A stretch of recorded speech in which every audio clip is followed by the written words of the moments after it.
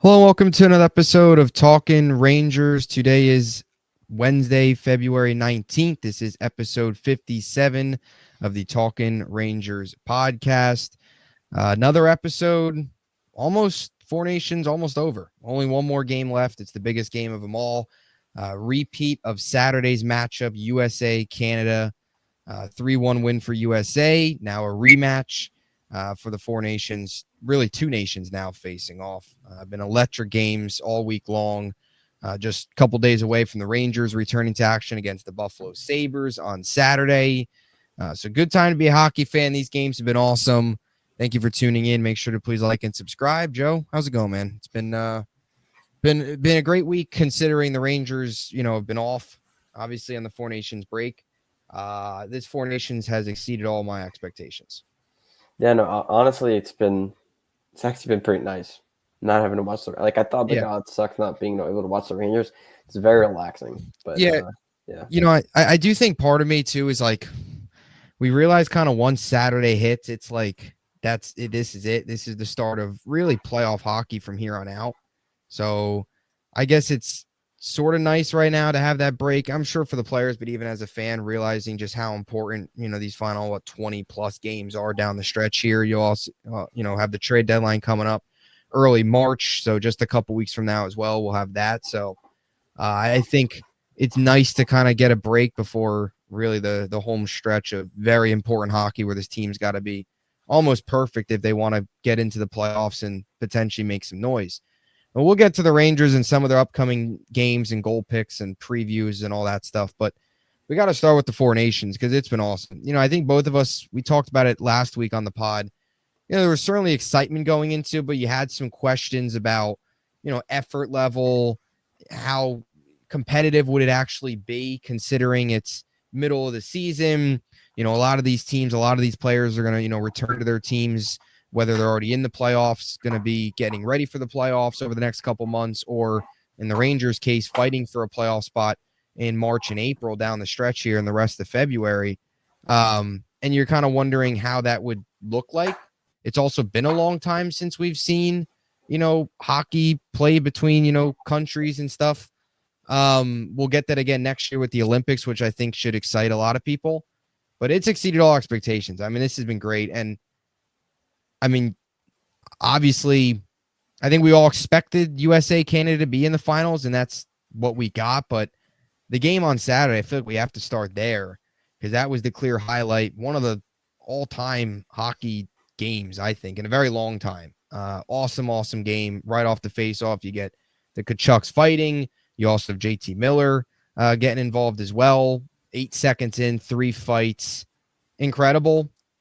Two teams that are fighting hard for their country and awesome energy, great play, just pace. I mean, it was awesome. It was one of the best hockey games I've seen in a very long time.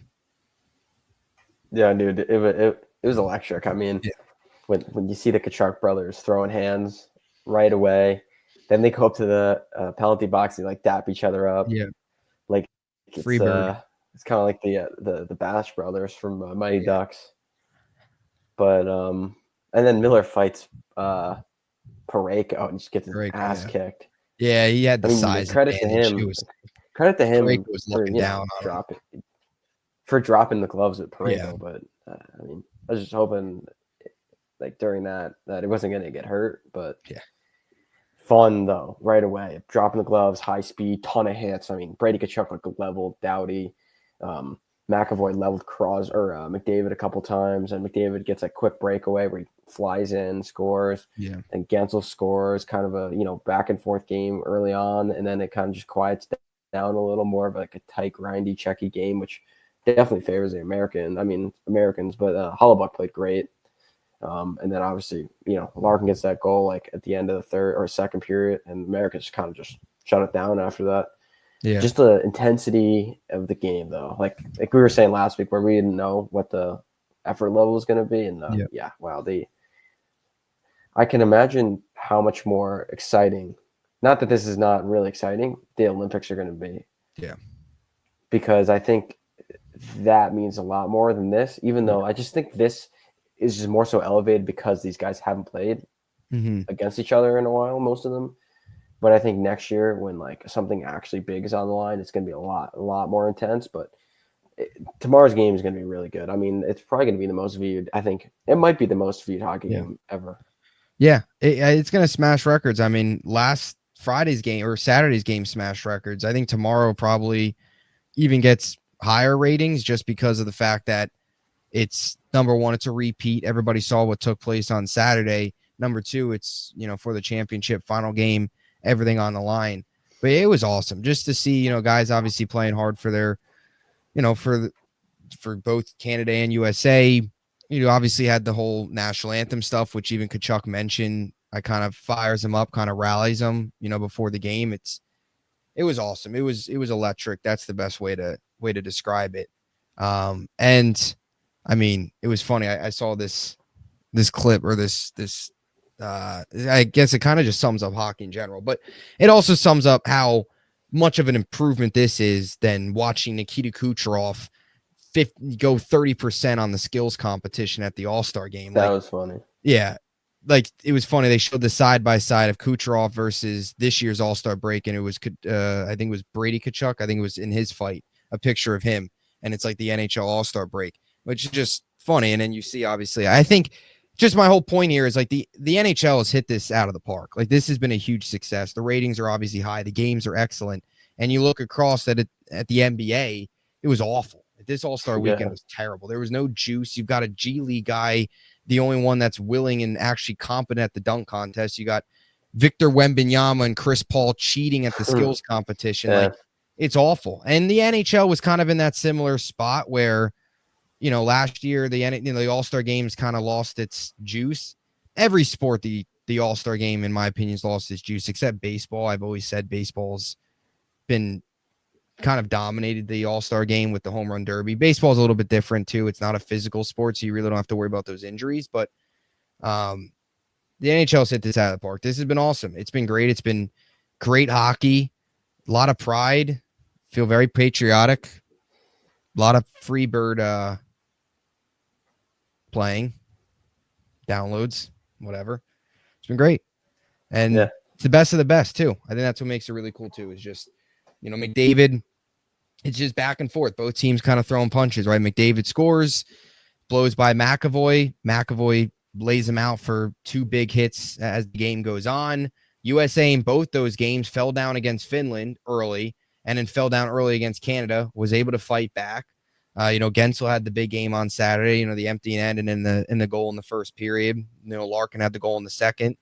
And I've always said too, and I got to give a ton of credit to this guy too, if we want to just break down some of the players and their performances, that's Connor Hellebuck. And tomorrow will be a big game for him. He's always had some struggles in big games in the playoffs with Winnipeg, but so far he's been excellent. Was very good against Finland and was very good in that big game with the bright lights on him against Canada. Tomorrow's another big opportunity. So I guess just what have been some guys from a player perspective that have kind of stood out to you? Hellebuck being a big one. I was curious to see how he would look pressure-wise in this type of environment, where it feels like it is playoff hockey. That's really what it is. You watch it, it's playoff hockey, and even the guys kind of described this as a Game 7 like feel to it. Yeah, I feel like he just looks so locked in. I mean, like it doesn't seem like he's going to give up any goals. I mean, I know he gave up the one goal that went off like a stick or whatever against Finland, and then I mean, breakup against McDavid. I mean, how many goals is going to stop that? But besides that, he's just in perfect. It feels like he's just always in the right spot. Like his positioning has been unbelievable. I mean, some of the saves that he made in that game. I mean, I think the Americans were probably the slightly better team, but I feel like the Canadians had some really good sustained pressure, and he was just they couldn't get by him. But I think he was great. Has been great. I mean, you got to hope that it's the same team going up against him. It's the same tournament, so it's like not really. I don't know if it's a mental thing where, like, I guess technically speaking, there's really nothing on the line technically. So I don't know if there's a difference between that and like a playoff series in hockey, but I think you can kind of just throw that away of how he's not great in the the playoff games, but I think he'll be good. He's probably the best player on the ice, I think. I mean, obviously McDavid and McKinnon skill wise are obviously better than him, but I feel like if he plays his best game, that can trump anything that McKinnon or McDavid could do. I mean, if he's just able to stand on his head, which, the Canadians don't have great goaltending. I don't think Binnington's that great, so it's a huge advantage there. But outside of that, I feel like Gensel's been pretty solid. Yeah. I think Eichel's probably been the best player in the tournament. Besides, if you take away the goalie, especially the Kachuk line's disgusting. I just think if you just get the best pure player, not talking Hellebuck, I think Eichel is even better than McDavid. He's fast. He's a great skater. He back checks hard, forechecks hard. He shoots the puck well. He's a smart player. He just does everything so imagine if the Rangers had Jack. Imagine if we actually got. They probably will when he's on his last leg. How did this team decide to take Zibanejad and keep him instead of going out and trading for Jack Eichel? That was crazy. Yeah. But he is such a good player. Obviously the Kachuk brothers are very fun to watch too. Outside of that, I think, Slavin's been decent defensively. I actually think I thought Matthews was not great. Yeah. Jack Hughes looked bad.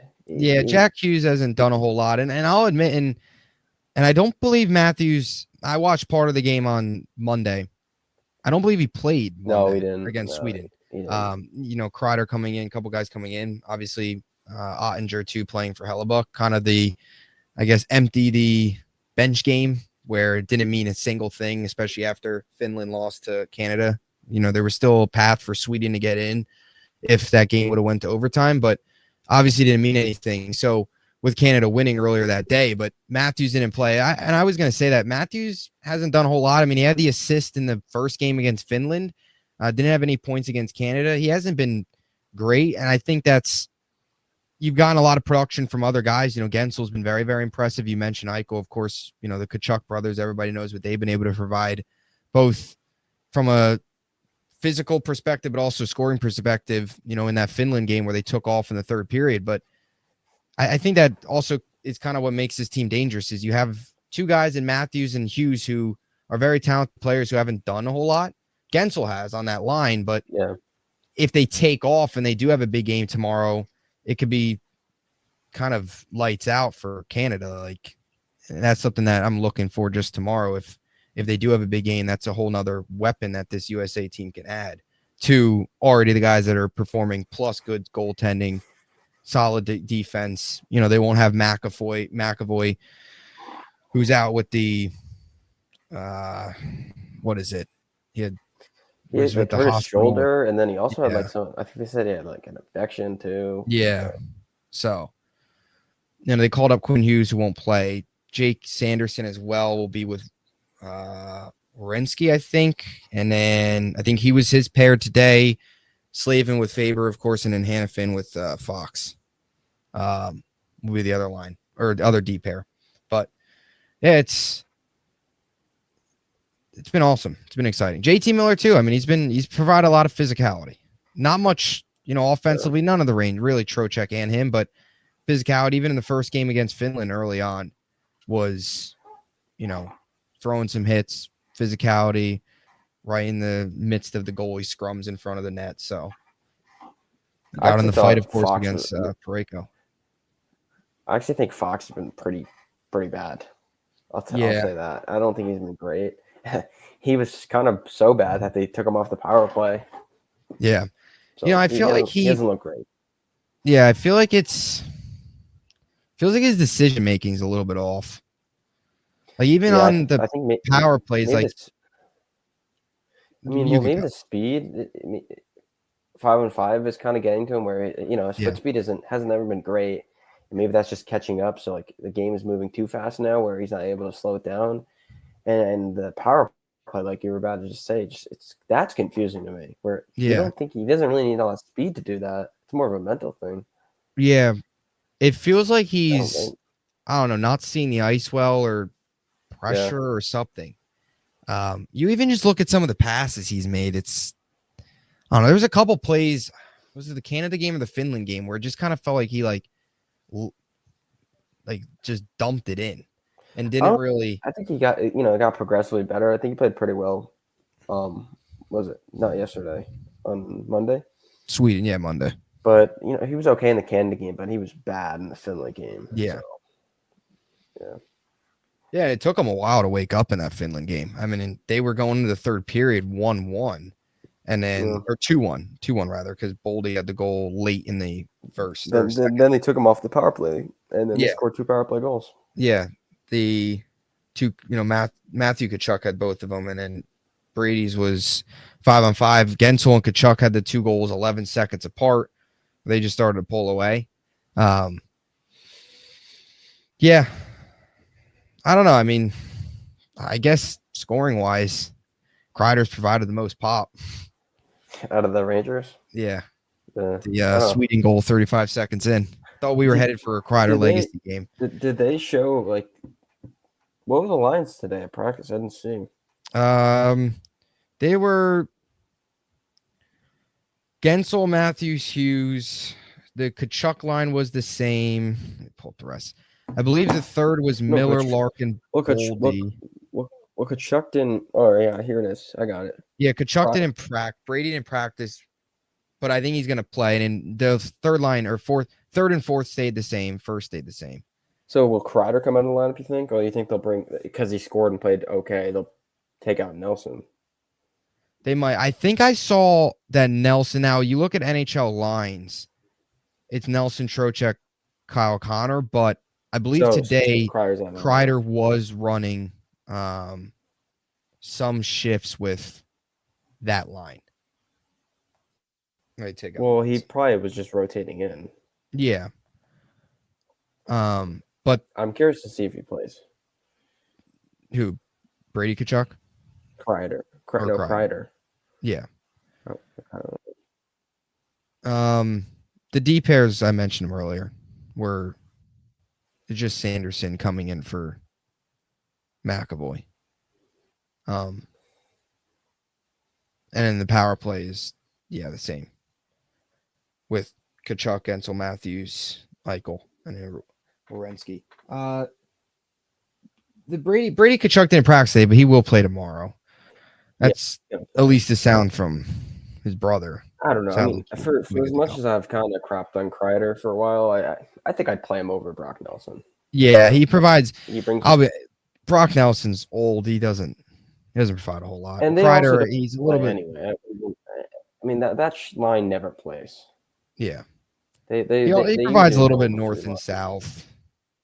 Yeah, I mean, if you want to spot him here and there, I think he's more of a plug and play guy that I think can provide something that Nelson can't. I mean, if they were fully rolling, I mean, if they were fully rolling lines and the guys were playing pretty much the same even strength, then maybe you lean Nelson. But like since you're not really playing that line that much, and if you spot in that fourth line, kind of Kreider can give you like he can get a breakaway, he can go in and make a play with his speed. So I don't know, but if I had to guess, they're probably gonna keep the lines the same.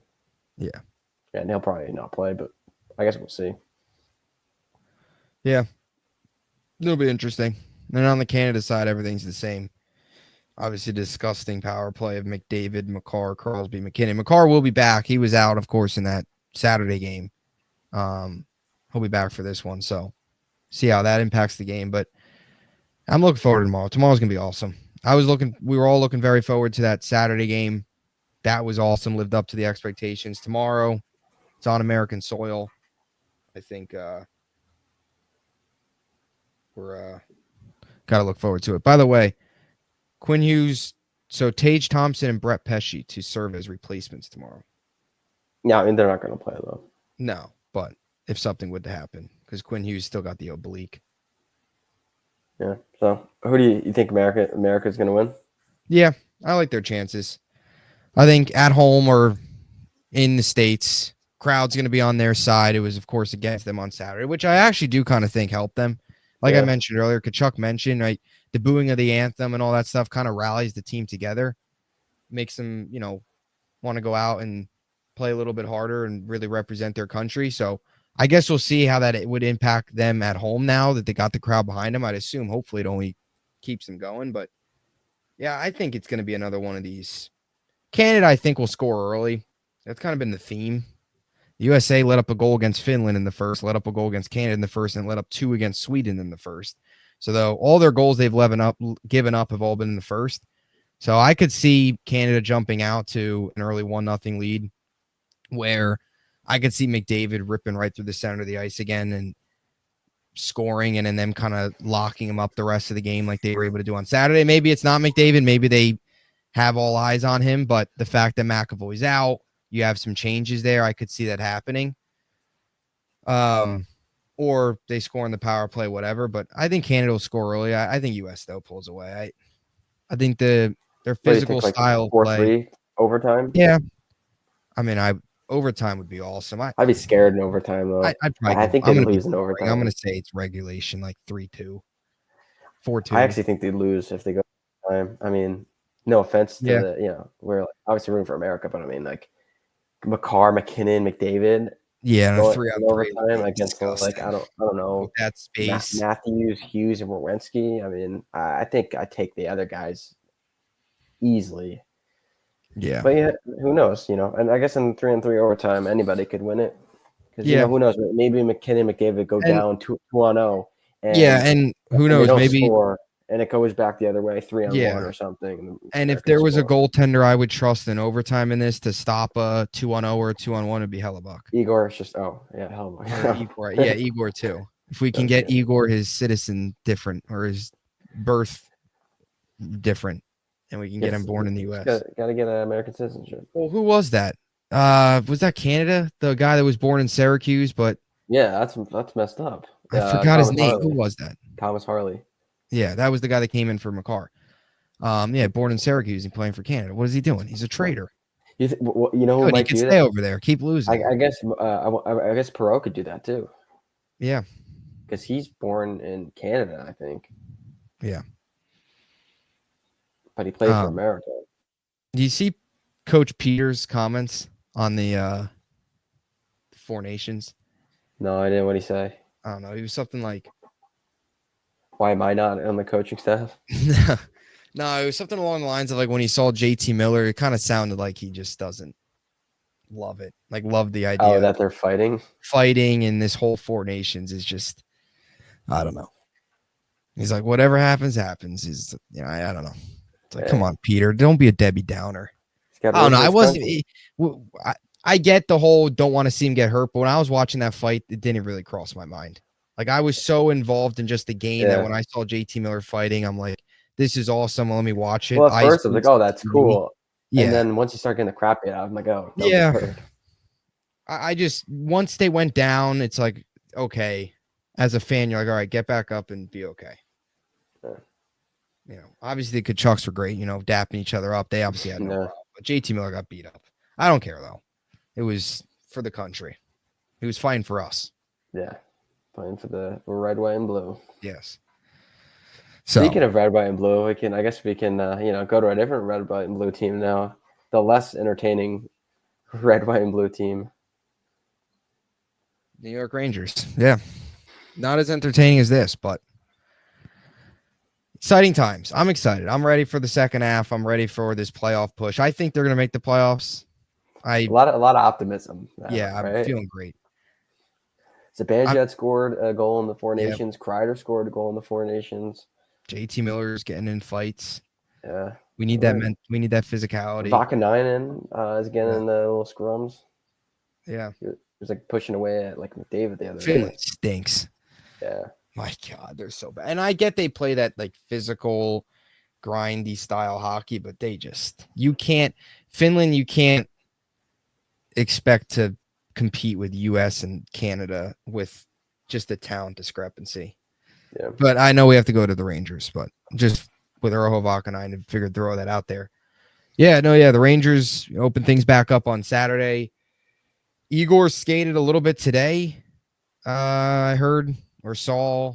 So we'll see how that all plays out. They did do skate on Tuesday for the guys that were back. I don't think Mika and them were out there. They weren't back from Four Nations. They had another skate today, so probably another skate tomorrow, and then they'll meet back up in Buffalo. The guys from, playing in Boston tomorrow will meet back up in Buffalo on Friday, and then it's go time. I mean, this team, I think we talked about this in the last episode. You look at their schedule, the amount of games they got coming up, especially the amount of back-to-backs, are ridiculous. Saturday, Sunday, back-to-back. Next weekend, Sunday, Monday, back-to-back. The week after that, it's Saturday, Sunday back-to-back. Then that week, the next week is Saturday, Sunday back-to-back. These back-to-backs are ridiculous. So then later in April, we're Saturday, gonna have to Monday, rely. I guess we gotta rely a lot on Jonathan Quick. Yeah. No, yeah, you're right. You make or maybe it should be the other way around. Be, we gotta rely on Igor because Quick has been pretty good. Yeah, there's gonna be Quick playing probably Sunday, Quick playing next Monday, Quick playing the next Sunday. So, yeah, there's a lot of back-to-backs. 3 road games here out of the gate, and it's against teams that you're fighting with. Now, Buffalo, not so much. Pittsburgh, not really, but the Islanders, they've won. They've kind of gone back into the conversation. They're not, I don't think, see them as much of a threat, but they're in the conversation either way. Toronto's a good team. They're obviously, you're not really fighting with them, but they're a good team in the East. Nashville stinks. You should beat them. The Islanders, another game. And you got other teams too. You got Columbus then coming up in March, Ottawa, Capitals. So Columbus again. So it's home stretch. It's going to be fun. I mean, I'm confident. They're going to make the playoffs. I was talking to somebody yesterday, and I almost guaranteed it. I'm feeling very confident that they're going to make it. Not guaranteeing it, but I think they're going to get there. I don't know. I think they probably will, but I'm curious to see what they do with the deadline. Yeah. We'll see what happens. I think they got to add a couple more players, but I don't really know. I guess, it's the same cliche where in hockey, you never know. If you get in, you can win. And if you got a good goalie, you can win. But, I think they got to take it a game at a time here. They got to be in a playoff spot or like a point out by April, though. They can't be entering the month of April more than a point out. I think that would be concerned there. Yeah. I agree. I mean, you look at the standings right now. You're 3 points back of Detroit, 4 back of Ottawa with a game in hand, 5th wild card now. Yeah, I agree. I mean, I think if you go into, especially if you continue to lose games against these teams ahead of you where you're not taking advantage of that, you go into April and you're a point back with 6-7 games, 2 points back. It's getting a little nervous. Yeah. Especially some of those teams they'll play. Their April schedule's rough. You got Devils, Tampa, Philly, Islanders, Carolina, Florida, Tampa. So you're not looking at a very easy schedule either. Yeah, so they gotta win these games now. And hopefully, listen, we could be in a playoff spot by next Monday. Yeah, but on the same token too, you want some breathing room going to April. They're not going to run away with it, but you don't want to go into April 1 point up and then potentially blow it with that schedule. You want to have some breathing room because you're going to lose some of those games. I guess too, you kind of don't. I mean, again, this doesn't matter. You get in, you play whatever, but they would know who they're going to play. They're either going to play the Panthers or the Capitals. Yeah, that's the whole. That's the whole Capitals and knock them out. I'm not going to lie though. Obviously, again, you play whoever you want, but I guess you can handpick any team in the playoffs. I think I picked the Capitals, even though they've been great. So imagine getting the Capitals again in round 1. Yeah, I mean, it's shaping up to be that way, bearing an unforeseen drop off from Washington in a crazy. I don't really think that there's almost a 0% chance they don't. Yeah, I mean, they're 10 points up at Carolina. They're not gonna cover that, and 9 points up at Florida. So no, but. Maybe Florida, but even so, who knows? And Capitals still have 2 games in hand on them. So yeah, so I mean, let's finish with the second wild card. Play the it would take a massive choke. It's going to be the same formula. If we win, if we go to the cup or whatever in the playoffs, it's going to be if we play Capitals in the first round. I mean, I'm not saying this because I'm a Devils hater, but it'd probably be the Hurricanes because they'll probably beat the Devils, and then the Devils are not built for the playoffs. And then it will be the Panthers. It's going to be the same thing. Yeah, or would not will because I'm not 100% sure that we'll make the playoffs. I don't know. I like the confidence, but I think if we make the playoffs, that's going to be the same. It's going to be the same thing. Yeah. That'd be fun though to play the Devils again, but I think we'd probably lose. But I don't trust that team in the playoffs. I mean, like we were saying, the Four Nations tournament, like Jack Hughes can't play No, in a Jack. I was gonna say that. I was gonna can't bring play. that up too, but I didn't want to be negative. It's a Team USA thing, not a Devils thing. But now that we're on the topic of the Rangers and back to talking about the NHL, not Four Nations, I mean, he can't play in a Jack playoff Hughes series. disappearing can't be surprising to many people. He just can't play in a physical game. He's not No, he big. can't. When the ice shrinks and it's physical, he struggles. And be like, oh, well, I played against the Rangers. Well, the Rangers team doesn't play playoff hockey. That team is so soft. They don't play playoff style hockey. If they play any team against Patrick like a Kane team didn't like have a hip. if they didn't play if they play a team against the Panthers or Even Carolina, the Capitals in Carolina, a team that defends the rush well and plays physical, 0% chance they can win that series. And they got crushed against Carolina in that series after the Rangers. Part of that too was the Akira Schmid legacy run ended, but yeah, I mean a lot of it was. But I'm just saying though, like if you were gonna kind of like just map it out, it kind of looks like the same kind of thing where you go Capitals, then Hurricanes, then Panthers, and then I don't know. And way too high. I don't think that. I mean, that's I guess sort of. I mean, not you don't usually expect the same exact route, but we know Florida was going to be right back in the conversation. Yeah. Carolina and the Devils, we knew were going to be good. Carolina every year is there. They just can't get over the top. You know, it's the age-old saying of everybody always talks about it. They play playoff hockey every year, then teams start to play up to their standards in the playoffs and they can't get through. The Capitals, when going into the year, we probably all thought it would be the other way around. It would be the Rangers winning or getting the first seed and then not, playing the second wild card as opposed to the Capitals. But either way, I feel like I mean, I get it. The Rangers haven't been good, but like as a Capitals fan, I have a couple of my friends are Capitals fans, so I'm gonna ask them. But I mean, they're probably Ranger haters, so they'll probably say I don't care. But I feel like deep down inside, you're a Capitals fan. You have a pretty good, really good seat. Like probably gonna win the President's Trophy, and in the first round matchup, you're playing the Rangers. Doesn't that feel a little like BS as a Capitals fan? Like we did like the Rangers last year. They that's the first time in a while I've seen a team get rewarded for winning the President's Trophy or winning your division. You get the Capitals who weren't a playoff team. Now you're playing the same thing the other way around, where it's the Capitals winning the President's Trophy, winning the division. But then you get the Rangers who are, if they get in, you got Igor. Yeah. I think if you're a Capitals fan, you're banking on the Rangers jumping up to that first wild card and then having to play Ottawa or like Detroit or Columbus, which Columbus is not making the playoffs. Columbus would be kind of last year's version of the Capitals. I think Columbus, the Islanders, the Penguins, you can pretty much eliminate them. But Columbus is still, I mean, I don't know. They have a lot of injuries. They're probably going to fall off, but they're teams you can eliminate now. Yeah, Montreal's not making it. The Flyers are not making it. Flyers and the Sabres are in the basement like they always are. I think it's going to come down to the Rangers, Senators, and Red Wings. And Bruins. Probably too. The Bruins. Yeah. We'll see what they kind of do, but the Senators too, though. I mean, prior to the break, they lost 3 straight. They've been bad, yeah. All these teams, even the Bruins lost 2 straight. The Red Wings, they only lost their last game. They've been hot recently. But I mean, you look at a lot of the teams that are the head of the Rangers. Things are like the Bruins are 5-5 in their last 10. Senators 5-5 in their last 10. Columbus 4-5-1. Detroit 7-2-1. Now the Rangers are only 5-4-1. But point is, all these teams in front of them are like struggling, playing 500 hockey at best. If the Rangers, there's only 2 teams in this. The Rangers get hot. The Rangers get hot. If the Rangers get hot, they can make a massive jump.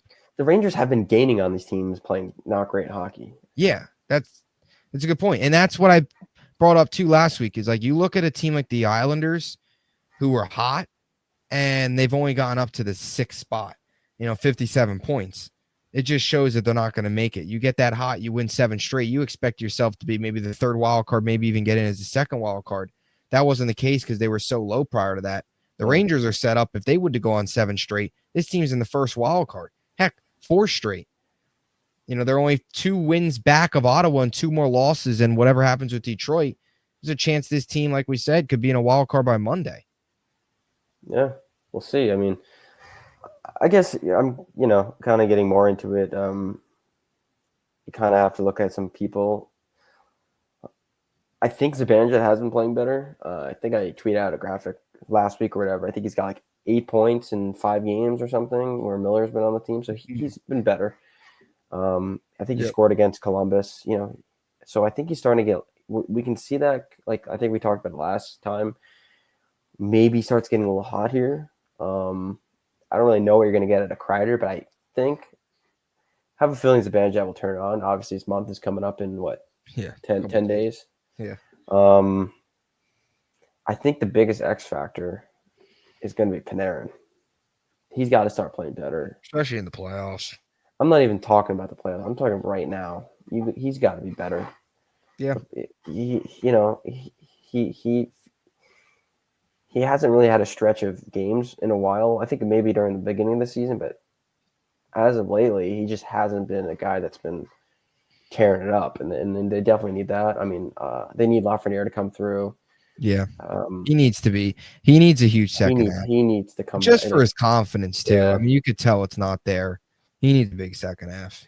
I mean, I have faith in Trocheck. I don't think he's been great, but I think him and Miller should be steady. But I think the people that really need to come up for us are Lafreniere, Zibanejad, and Panarin. And like I said, Panarin, I think, is the biggest X factor, because I do think Zibanejad can bring something else when he doesn't play well defensively. But Panarin, he's not going to play good defensively. So he's like a little bit with Lafreniere too, where he's not great defensively, but Panarin more so is your guy that your leading goal scorer. Again, not going to play great defensively, has to come through offensively, and he's going to start needing to pile up big games coming up. Yeah. We'll see what happens, but I think that he needs to come through for this team. Yeah, and I'll even throw this out there as well. Like, Trocheck hasn't had a great season, but one thing you can continue to rely on in Trocheck is effort. He's going to forecheck. He's going to physicality. Panarin and Lafreniere, we've seen them. They'll just take shifts off. Yeah, I mean, back checking. Yeah, they won't back check. Team gets in a transition, they just give up on the play. Especially Lafreniere, that's been alarming. Panarin, that's always who he's been. But Lafreniere, really recently, like the last couple games prior to break, he would give up on plays. I do like the new lines though. When the last game that they had, and I think we can talk about him a little too. Is Offman, who scored I think he scored 7 goals in the last 9 games or something, 8 goals in his last 10 games. So he's been playing really well. So I think they should insert him into the lineup right now. I know he was practicing today with the team, but it was more of a placeholder. I think him and Berard. I call up both of them, or at least one of them. Definitely Offman at this point. And I would put him with Panarin and Miller. And the second line, I really like the Cooley, Lafreniere, and Trocheck. I think that line worked pretty well. If you get those guys up into the lineup, you have a pretty solid top 6. And then, Zibanejad, Kreider, and who am I forgetting? I guess Smith would be there. Yeah. And then the fourth line would be VC, Rempe, and Carrick, which again, that line's pretty good. Obviously, Edstrom, we lost him a couple weeks ago. That sucks, as he's been playing good, but I still think the fourth line's solid. But if you could get Offman up into that top 6 and kind of swap him out, or swap him in for Kaliev or whoever you want to put in, and then I guess Smith, Zibanejad, and Kreider could kind of be a decent third line that doesn't score much but can hopefully commit defensively. But I think Offman can give you a more of a physicality, north-south scoring spark in the lineup, because he hasn't been scoring.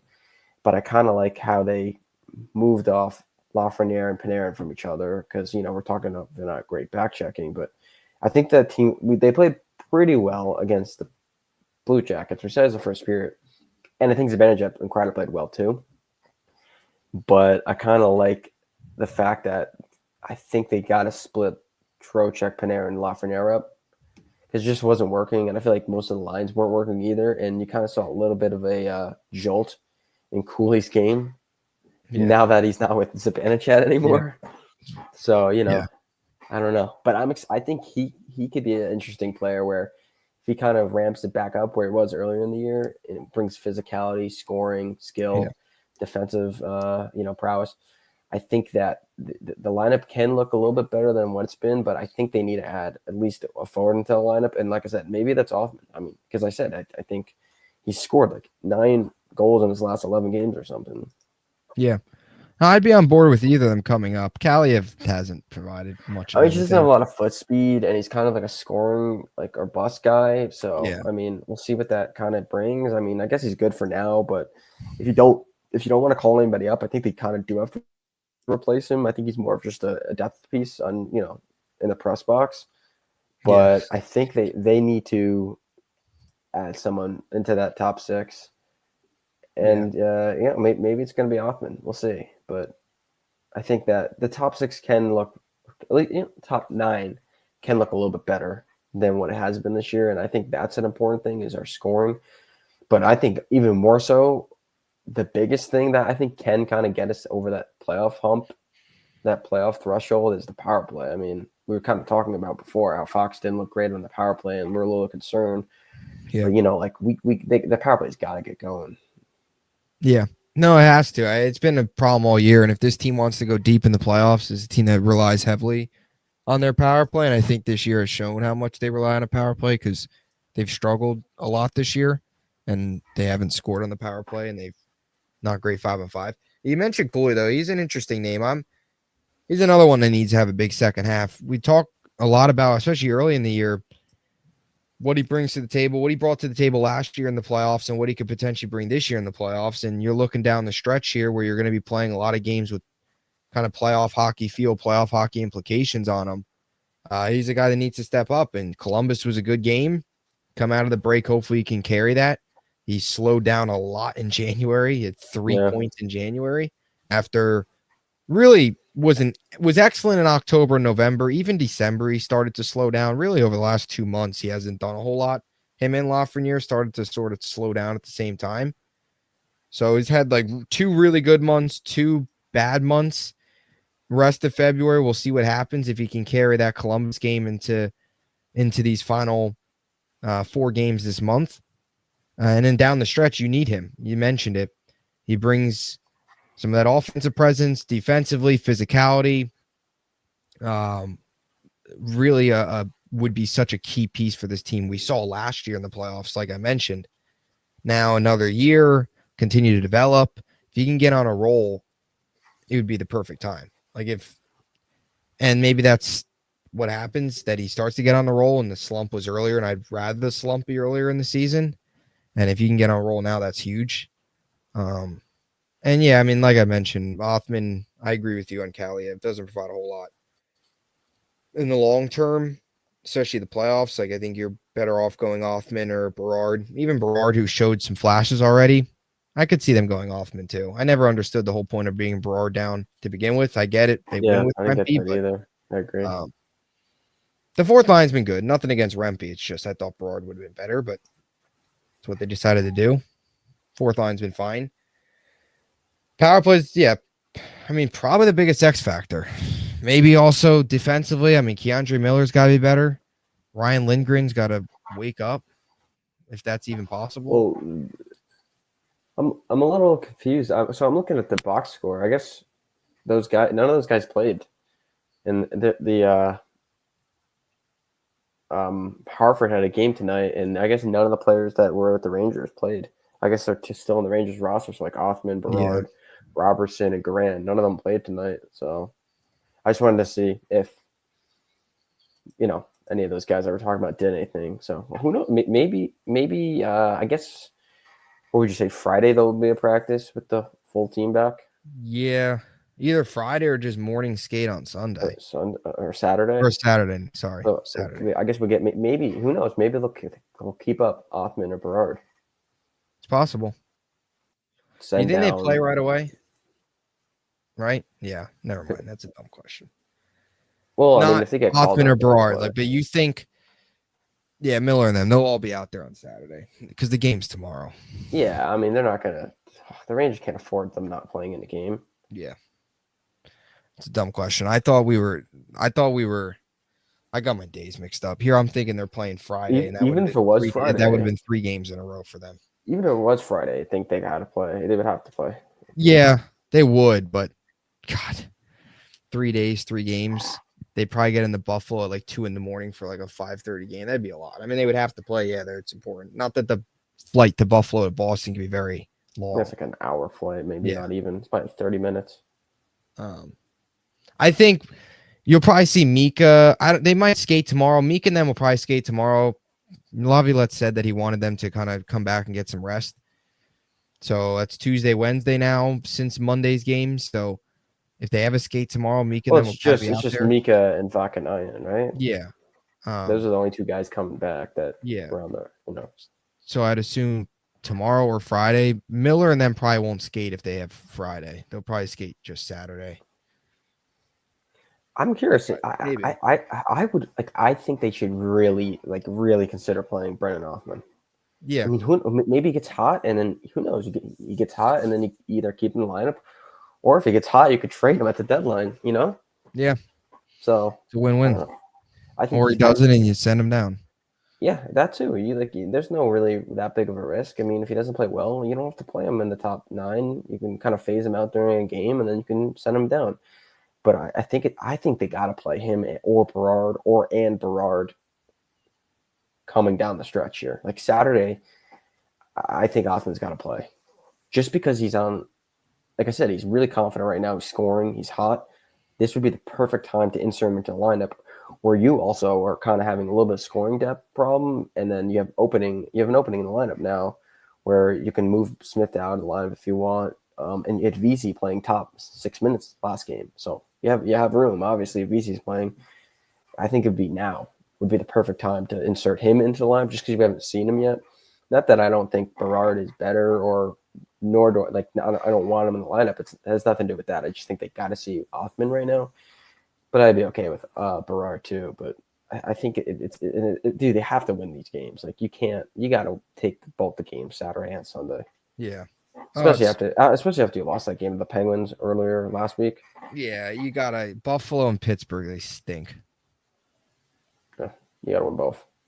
You got to come out of this month 3-1. There's really no room for error now, So they gotta play good hockey, and that's what I said. If you can jolt some more energy into your team, the perfect time to bring up a guy like Berard and more so Hoffman. But I don't know. I think that this is going to be an important stretch run. You got to rattle off these games. You got to be within 2 or 3 points. I think at the very worst, come the deadline, for me to be like, okay, let's buy.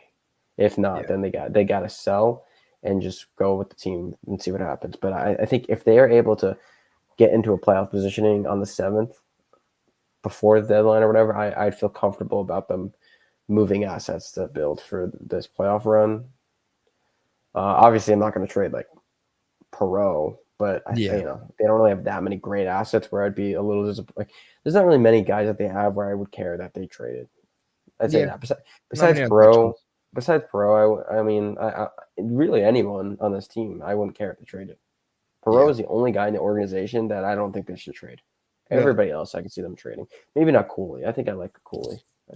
And just back to your point about winning these games, their small room for error sort of dropped off too when they lost to Pittsburgh, like losing a game for that. You win that game, you're a point out right now. Yeah, win that game, you're a point out, and then maybe you can afford another one of those losses, but they really can't afford that. Like they can't afford to go split. Like they got to start winning consistently, and they have, they have started to win, more 4 or 5, all that stuff, but they got to start. They need to go on this long. They need to go on a win streak. They need to go on a significant 4 or 5 game win streak where they just go on a tear, or I don't know, something of like 7 of 8. 4 or 5 is nice and stuff, but you need to go on like a 7 of 8, 8 of 9 tear. And they can do it. I mean, the teams they're playing, Buffalo, Pittsburgh stink. The Islanders, the Rangers have beat them up pretty good. They're not very good.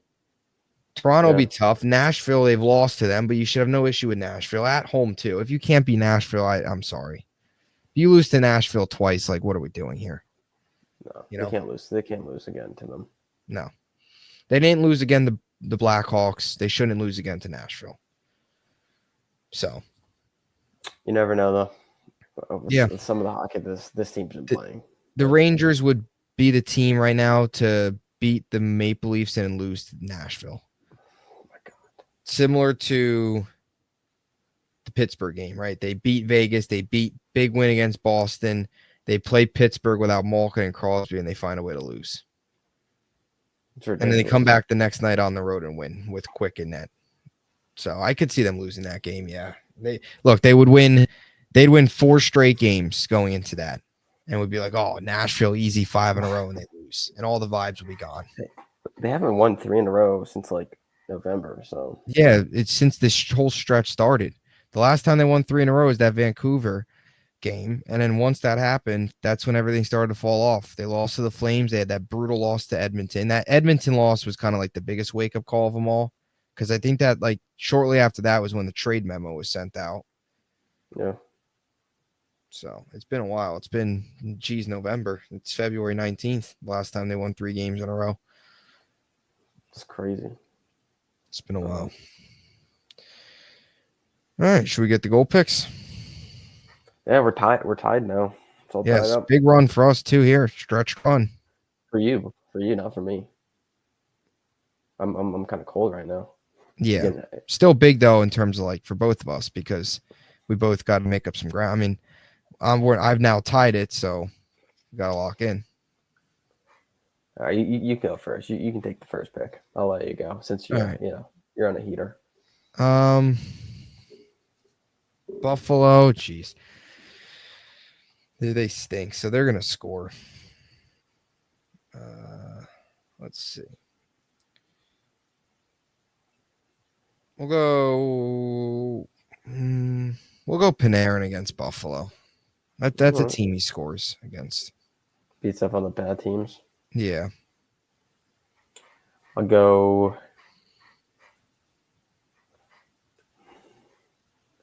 I'll take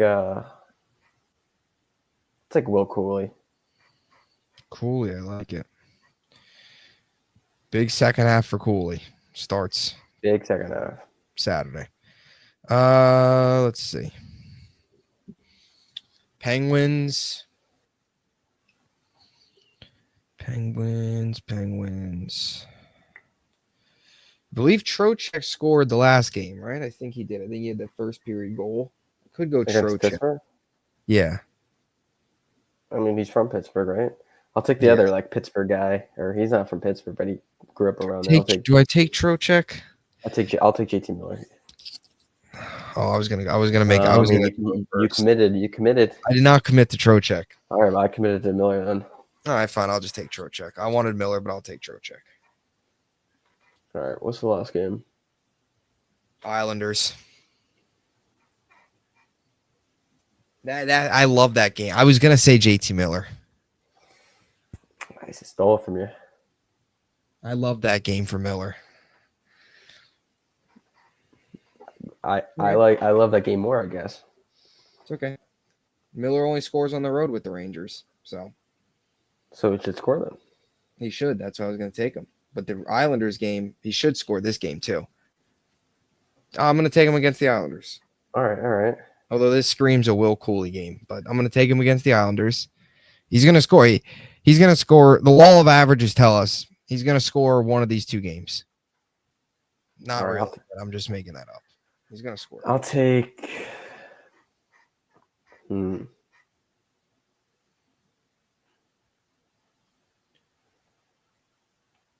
I'll take Mika against the Islanders. Mika. Yeah. Feeling the Mika run here. I like the mix of picks. You go a little risky, Cooley, safe.